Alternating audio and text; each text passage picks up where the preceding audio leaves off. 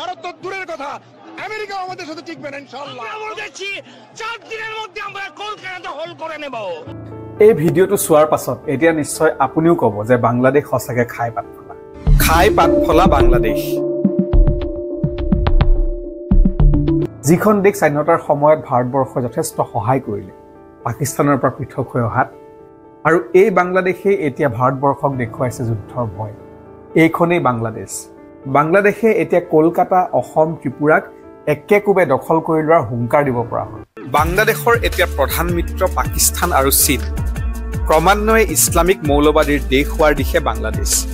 মহম্মদ ইউনুছ বাংলাদেশৰ মুখ্য উপদেষ্টা হোৱাৰ পাছৰে পৰা দেশখনত ভাৰত বিৰোধী চিন্তা চৰ্চা বৃদ্ধি পাইছে। এইবাৰ দেশখনৰ কেইজনমান প্ৰাক্তন সেনা বিষয়াই ভাৰতৰ বিৰুদ্ধে বাংলাদেশ যুদ্ধলৈ সাজু হৈ থকা বুলি মুকলিকৈ ঘোষণা কৰিছে। যিকোনো মুহূৰ্তত কলকাতা, অসম, ত্ৰিপুৰা বাংলাদেশে দখল কৰিব বুলিও ডাংকুপ মাৰিছে। দেশখনত থকা সংখ্যালঘু হিন্দুসকলৰ ওপৰত দেশখনৰ মঠ মন্দিৰ আক্ৰমণ কৰি এক বিশেষ বাৰ্তা যেন তেওঁলোকে প্ৰেৰণ কৰিব বিচাৰিছে যে বাংলাদেশ এতিয়া আগৰ বাংলাদেশ নহয়, বাংলাদেশ এতিয়া ইছলামিক মৌলবাদীৰ আগ্ৰাসনৰ কবলত পৰা এখন নতুন বাংলাদেশ। অমিত জি এবং রাজনাথ সিং জি, আপনারা বাংলাদেশ সেনাবাহিনী যেটা দেখেছেন ৭২ সালের সেই সেনাবাহিনী এখন আর নাই। আমরা এখন যুদ্ধোপযোগী এবং যে কোনো শত্রু মোকাবেলায় প্রস্তুত। আপনারা আর আস্ফালন তুলবেন না। এই ভিডিঅ'টোত নিশ্চয় আপোনালোকে দেখিছে ভাৰতবৰ্ষৰ প্ৰধানমন্ত্ৰী নৰেন্দ্ৰ মোদী, গৃহমন্ত্ৰী অমিত শ্বাহ, প্ৰতিৰক্ষা মন্ত্ৰী ৰাজনাথ সিঙক তেওঁলোকে ভাবুকি প্ৰদান কৰি কৈছে আৰু তোমালোকলৈ আমি ভয় কৰি নাথাকোঁ, আগৰ বাংলাদেশ নহয়। উল্লেখ কৰিছে যে ৭২ চনৰ যি বাংলাদেশ আছিল আৰু এতিয়াৰ বাংলাদেশৰ মাজত বহু পাৰ্থক্য আছে, আৰু এতিয়াৰ বাংলাদেশে যিকোনো পৰিস্থিতিত, যিকোনো সময়ত, যিকোনো দেশৰ লগত যুদ্ধ কৰিবলৈ সম্পূৰ্ণৰূপে প্ৰস্তুত। আমেৰিকাৰ লগতো তেওঁলোকে যুদ্ধ কৰিব পাৰিম বুলি এই মুহূৰ্তত দাম্ভিক ঘোষণা কৰিছে। দীৰ্ঘ সময় ধৰি ভাৰতৰ পৰা আলু লৈ আহিছিল বাংলাদেশে, কিন্তু এইবাৰ ভাৰতবৰ্ষৰ পৰা আৰু আলু ক্ৰয় নকৰে বাংলাদেশে, তাৰ পৰিৱৰ্তে চীন আৰু পাকিস্তানৰ পৰা আলু ক্ৰয় কৰিব দেশখন। পিছে কিয় ইমান উত্তেজনাপূৰ্ণ হৈছে ভাৰত আৰু বাংলাদেশৰ সম্পৰ্ক? বাংলাদেশৰ ৰাজনৈতিক পৰিৱৰ্তন। ২০২৪ চনৰ আগষ্টত শ্বেখ হাছিনাই পদত্যাগ কৰাৰ পিছত ৰাজনৈতিক আৰু অৰ্থনৈতিকভাৱে আৰম্ভ হয় দেশখনৰ অস্থিৰতা। হাছিনা ভাৰতৰ এগৰাকী বিশ্বস্ত মিত্ৰ আছিল আৰু তেওঁৰ শাসনৰ সময়ত দুয়ো দেশৰ মাজত সুৰক্ষা আৰু বাণিজ্যিক সহযোগিতা বাঢ়িছিল। কিন্তু শ্বেখ হাছিনাই পদত্যাগ কৰাৰ পাছত বাংলাদেশত ভাৰত বিৰোধী মনোভাৱ বৃদ্ধি পাইছে। বিশেষকৈ ইছলামপন্থী শক্তিসমূহৰ উত্থানৰ সম্ভাৱনাই ভয় দেখুৱাইছে। বাণিজ্য আৰু অৰ্থনৈতিক প্ৰভাৱ। বাংলাদেশৰ ৰাজনৈতিক অস্থিৰতাৰ ফলত দুখন দেশৰ মাজত ১৩ বিলিয়ন বাণিজ্য ক্ষতিগ্ৰস্ত হৈছে। বাংলাদেশৰ বস্ত্ৰশিল্পৰ সমস্যা ভাৰতৰ বাবে নতুন বাণিজ্যৰ সুযোগৰ সৃষ্টি কৰিছে।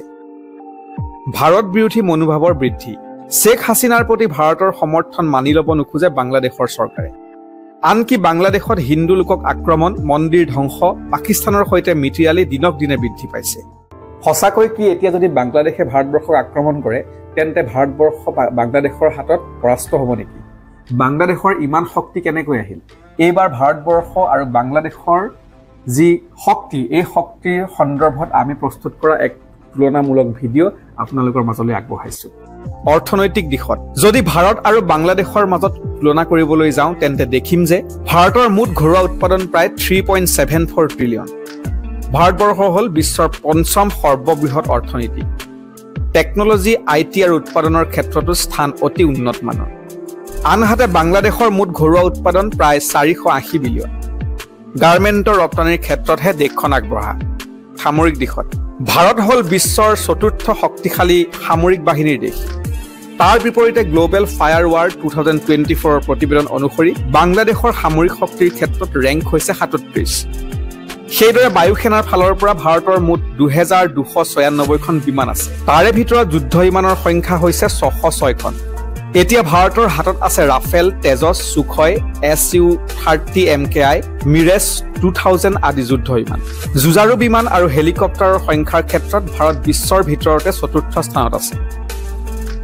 ২০১৯ চনত ভাৰতৰ বালাকোটত বিমান আক্ৰমণত ব্যৱহাৰ কৰা হৈছিল মিৰাজ যুদ্ধ বিমান। সেই সময়ত ৰাফেল ভাৰতৰ হাতত নাছিল। এতিয়া ৩৬খন ৰাফেল যুদ্ধ বিমান ভাৰতৰ হাতত মজুত আছে। কিন্তু তাৰ বিপৰীতে বাংলাদেশৰ মুঠ 216খন বিমান আছে। ইয়াৰে 44খন যুদ্ধ বিমান, 73খন হেলিকপ্টাৰ। মুঠ বিমানৰ ক্ষেত্ৰত বাংলাদেশৰ স্থান 46। যুদ্ধ বিমানৰ ক্ষেত্ৰত বিশ্বৰ ভিতৰতে 39 আৰু হেলিকপ্টাৰৰ ক্ষেত্ৰত 49 নম্বৰ। স্থলসেনাৰ দিশৰ পৰা যদি দুয়োখন দেশকে তুলনা কৰিবলৈ যোৱা হয় তেন্তে আমি দেখিম ভাৰতৰ আছে 4614খন টেংক, ৰকেট আৰ্টিলাৰীৰ সংখ্যা 702টা, 1,51,248খন বাহন, স্বয়ংচালিত আৰ্টিলাৰীৰ সংখ্যা 140টা। ভাৰতত আছে T-90 ভীষ্মৰ দৰে শক্তিশালী টেংক। বাংলাদেশৰ আছে 320খন টেংক, বাহনৰ সংখ্যা হৈছে 13,100খন, 27টা স্বয়ংচালিত আৰ্টিলাৰী, ৰকেট আৰ্টিলাৰীৰ সংখ্যা 71টা। কূটনৈতিক সম্পৰ্ক। ভাৰতবৰ্ষ ৰাষ্ট্ৰসংঘ, ব্ৰিক্স, G20 আৰু SCOৰ গুৰুত্বপূৰ্ণ সদস্য। সেইদৰে দক্ষিণ এছিয়াৰে এক অন্যতম সৰ্ববৃহৎ শক্তি। আনহাতে বাংলাদেশ দক্ষিণ এছিয়াৰ বেল্ট এণ্ড ৰোড ইনিচিয়েটিভৰ অংশহে মাথো। আচলতে সাধাৰণ নাগৰিকক উত্তেজিত কৰি কথা ক'বলৈ বৰ ভাল, কিন্তু বাস্তৱ ক্ষেত্ৰত এয়া কিমান দূৰলৈকে প্ৰযোজ্য হ'ব সেয়াহে প্ৰশ্ন কৰাৰ সময়। বাংলাদেশৰ ইমানো শক্তি হোৱা নাই যে তেওঁলোকে ভাৰতবৰ্ষক এতিয়া ভাবুকি দিব পৰা হ'ল। বিশ্বৰ ৰাজনীতিত একেবাৰে কেঁচুৱা হৈ থকা বাংলাদেশ এতিয়াও এখন দৰিদ্ৰ দেশৰ তালিকাতেই আহে। কিন্তু ভাৰতবৰ্ষ যদিও এখন উন্নয়নশীল দেশ, তথাপিও ভাৰতবৰ্ষৰ যি ইমেজ সেয়া বিশ্ব ৰাজনীতিত আটাইতকৈ শক্তিশালী আৰু বহু গুৰুত্বপূৰ্ণ। ৰাছিয়াৰ ৰাষ্ট্ৰপতি পুটিন, আমেৰিকাৰ ৰাষ্ট্ৰপতি ডনাল্ড ট্ৰাম্পকে আদি কৰি বিশ্বৰ যিসকল আগশাৰীৰ নেতা আছে তেওঁলোকে ভাৰতবৰ্ষৰ সৈতে এক সৌহাৰ্দ্যমূলক সম্পৰ্ক স্থাপন কৰি আহিছে। আৰু ভাৰতবৰ্ষৰ সৈতে যিসকল দেশে শত্ৰুতা কৰিছে সেই দেশৰ অৱস্থা কি হয় পাকিস্তানৰ ফালে চালেই আৰু বেলেগকে উদাহৰণ দিয়াৰ নিশ্চয় প্ৰয়োজন নাই। এতিয়া বাংলাদেশেও পাকিস্তানৰ দিশেৰে গতি কৰিছে আৰু অতি সোনকালে যদি বাংলাদেশৰ শুভবুদ্ধি উদয় নহয় তেন্তে দেশখন যে ইছলামিক মৌলবাদী আৰু সন্ত্ৰাসবাদীৰ কবলত পৰি এফালৰ পৰা ধ্বংস হৈ যাব সেয়াও এক প্ৰকাৰ নিশ্চিত। গতিকে ডাংকুপ মৰা কথা কোৱাৰ পৰিৱৰ্তে যি প্ৰকৃততে সত্য সেয়া অনুধাৱন কৰক বাংলাদেশে আৰু ভাৰতবৰ্ষৰ লগত এক শান্তিৰ বাতাবৰণ সৃষ্টি কৰি দুয়োখন দেশৰ উন্নয়নৰ যাত্ৰাত অংশীদাৰ হওক। আজিৰ ভিডিঅ' ইমানেই, পৰৱৰ্তী ভিডিঅ'ত পুনৰ লগ পাম।